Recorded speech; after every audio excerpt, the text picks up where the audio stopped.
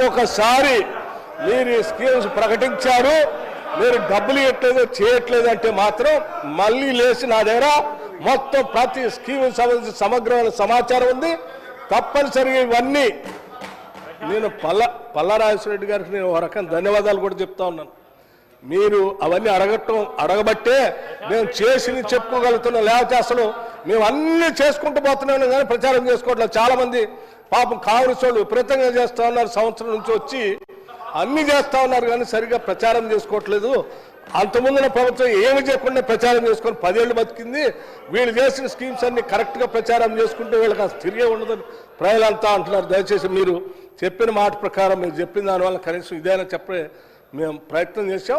మళ్ళీ అడగండి, ఇంకా స్కీమ్స్ గురించి ఇంకా చెప్తాం. మేము రైతు భరోసా గురించి కూడా చెప్తాం, సన్నాల గురించి చెప్తాం, ఆరోగ్యశ్రీ గురించి చెప్తాం, ఇందిరమ్మ ఇళ్ళు గురించి చెప్తాం, ఇంటిగ్రేటెడ్ రెసిడెన్షియల్ స్కూల్స్ గురించి చెప్తాం, పిల్లలకు 40% పెంచి డైట్ ఛార్జెస్ గురించి పెంచుతాం, 200% హాస్పిటల్ ఛార్జెస్ పెంచింది చెప్తాం, ఇంకా అమ్మఒడి గురించి చెప్తాం, అన్నీ చెప్తాం. మాకు ఎటువంటి ఇబ్బంది లేదు. మీరు ప్రశాంతంగా ప్రశ్నించండి, చక్కగా మేము సమాధానాలు చెప్తాం. ఇది థ్యాంక్ యూ. పల్లారాజేశ్వర రెడ్డి గారు అధ్యక్ష, వారి పేర్లు తీసుకున్నారు కాబట్టి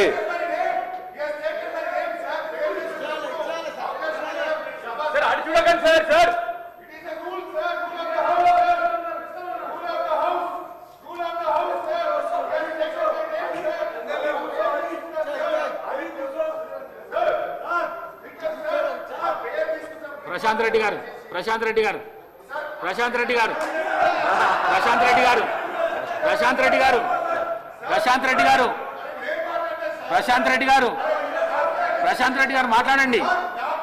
ప్రశాంత్ రెడ్డి గారు మాట్లాడండి. ఇస్తాను, వారికి కూడా ఇస్తాను, మీరు మాట్లాడండి. ప్రశాంత్ రెడ్డి గారు గౌరవ డిప్యూటీ సీఎం గారు శాసనసభ నియోజకవర్గాలు వారు ప్రాతినిధ్యం వహిస్తా ఉన్నారు. సమయం రెండోసారి అందరి పేర్లు తీసుకున్నారు సార్. అందరికి సమయం ఇస్తే ఎట్లా సార్? వారి పార్టీ పరంగా మీరు ప్రశాంత్ రెడ్డి గారికి అవకాశం ఇచ్చారు. పార్టీ పరంగా ఉంటే చెప్పండి.